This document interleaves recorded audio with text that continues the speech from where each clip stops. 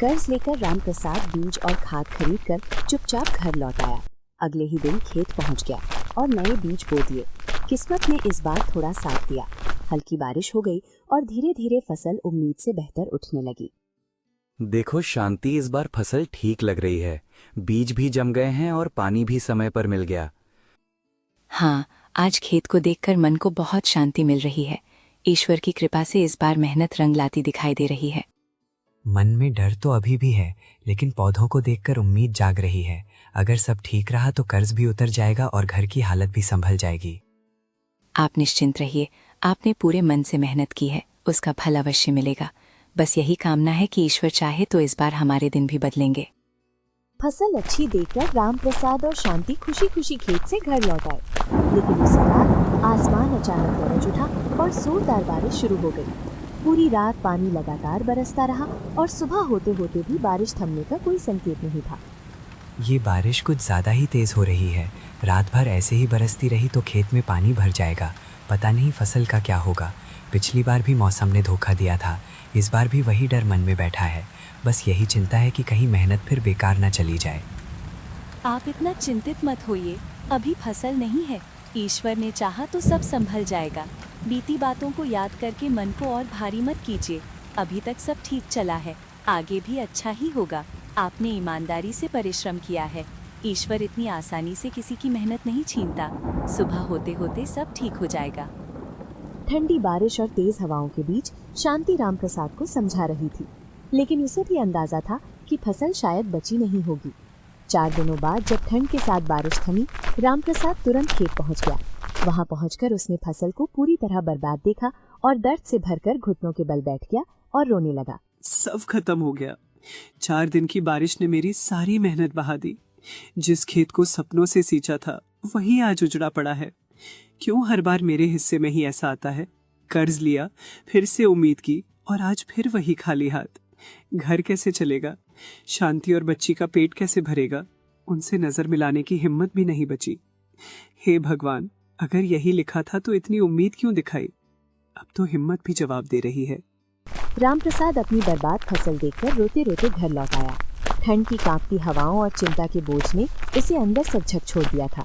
घर पहुंचते ही उसका शरीर ढीला पड़ गया और परेशानियों के कारण वो बुरी तरह बीमार हो गया। आप इस हालत में भी इतना सोच क्यों रहे हैं? अपनी तबीयत की जरा भी परवाह नहीं है आपको? फसल गई है तो गई, लेकिन अगर आपको कुछ हो गया तो घर कैसे चलेगा? अब बस बहुत हो गया, जो होना था हो चुका। आप चिंता मत कीजिए, सब मैं संभाल लूंगी। काम धंधा घर सब कुछ। आप बस चुपचाप लेटकर आराम कीजिए। पहले अपनी तबीयत ठीक करिए, फिर बाकी बातें देखी जाएंगी। आपकी सेहत मेरे लिए सबसे ज्यादा जरूरी है। रामप्रसाद की तबीयत बिगड़ने पर शांति ठंड से कांपती सुबह में काम की तलाश में उसी सेठ के घर पहुंची। सेठ जी, मेरे पति की तबीयत बहुत खराब है। घर में कमाने वाला कोई नहीं बचा। अगर कोई काम मिल जाए तो बड़ी मेहरबानी होगी। अरे बहुत दुख की बात है। ऐसे समय में मदद ना करूं तो सेठ किस काम का? काम तो है पर मेहनत वाला है। मेहनत से मुझे डर नहीं है सेठ जी, बस इतना मिल जाए कि घर का खर्च और दवा चल सके। जैसा आप ठीक समझें सेठ जी। ठीक है, मैं तुम्हें आलू दूंगा, उन्हें बाजार में बेच देना। आजकल आलू के अच्छे दाम मिल रहे हैं। और हाँ, जो भी मुनाफा होगा ना, उसमें से थोड़ा हिस्सा मैं तुम्हें दे दूंगा। आखिर माल मेरा है, व्यवस्था मेरी है। ठीक है सेठ जी, आपने मदद का हाथ बढ़ाया, यही बहुत है। आज ही आलू तुम्हारे घर भिजवा देता हूँ। धन्यवाद सेठ जी, ईश्वर आपका भला करे। सेठ ने उसे थोड़े मुनाफे पर आलू बेचने का काम दे दिया और मजबूरी में शांति मान भी गई। दोपहर तक सेठ के आदमी आलू की बोरियां उसके घर पहुंचा गए, लेकिन जैसे ही शांति ने बोरियां खोली तो पूरी आलू सड़े हुए थे। हे भगवान, ये कैसे आलू हैं? इनमें से तो ज्यादातर सड़े हुए हैं। सेठ धनपाल ने कहा था कि माल ठीक है, फिर ये सब। अब मैं क्या करूं? इतनी ठंड में अगर यही बेचने निकलूं तो लोग क्या कहेंगे? और घर की हालत भी तो देखनी है। समझ नहीं आ रहा ये मुसीबत कैसे टलेगी। मैं पहले ही समझ गया था शांति, वो सेठ भरोसे के लायक नहीं है। देख लिया ना कैसे सड़े आलू भिजवा दिए। मजबूरी का पूरा फायदा उठा लिया उसने। मीठी मीठी बातों में फंसा लिया, ऊपर से मुनाफे का लालच दिया और नीचे से ये हाल। हाँ, आलू देखकर मैं भी घबरा गई। समझ नहीं आ रहा अब क्या किया जाए। सेठ जी ने तो कहा था कि माल ठीक है। ऐसा आदमी भगवान से भी नहीं डरता।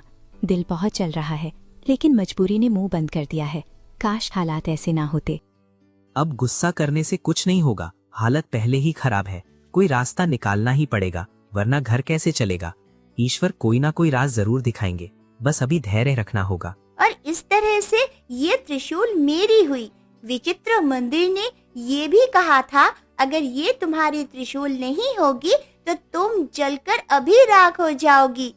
लेकिन ये त्रिशूल मैंने ही निकाली। और विचित्र मंदिर ने ये भी कहा था कि ये त्रिशूल तुम्हारे पूर्वजों ने रखा था। ये सुनकर राजा बिल्कुल चौंक सा जाता है। ओह, इसका मतलब राजा हरिश्चंद्र की पुत्री है तो।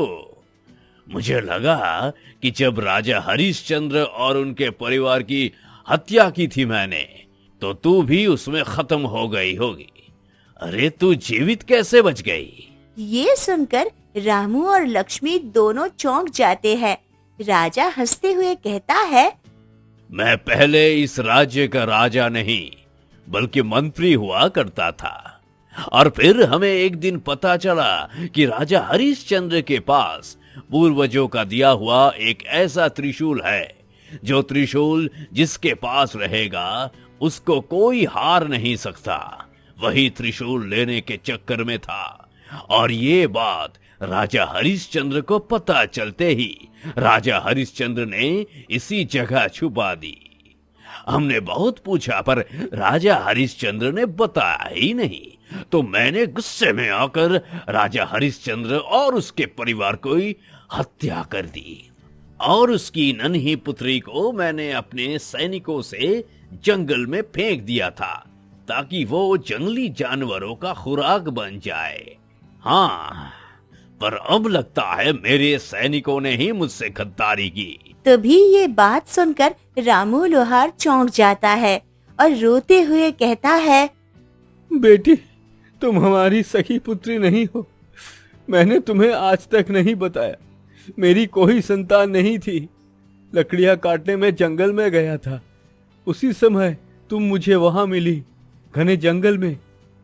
मैंने अपनी पुत्री समझकर तुम्हारी सेवा की। लक्ष्मी की आंखों में आंसू आ गई। लक्ष्मी गुस्से से राजा से बोली, तूने मेरे माता पिता की हत्या की। इतना कहकर लक्ष्मी त्रिशूल से उसे मारने की आग्रह की, और एक जादुई किरण जाकर राजा पर लगी, और वो वही तरफ कर जलकर राख हो गया। लक्ष्मी सैनिकों से कहती है, सैनिकों, जमींदार भवानी को बंदी बनाकर कारागार में डाल दो।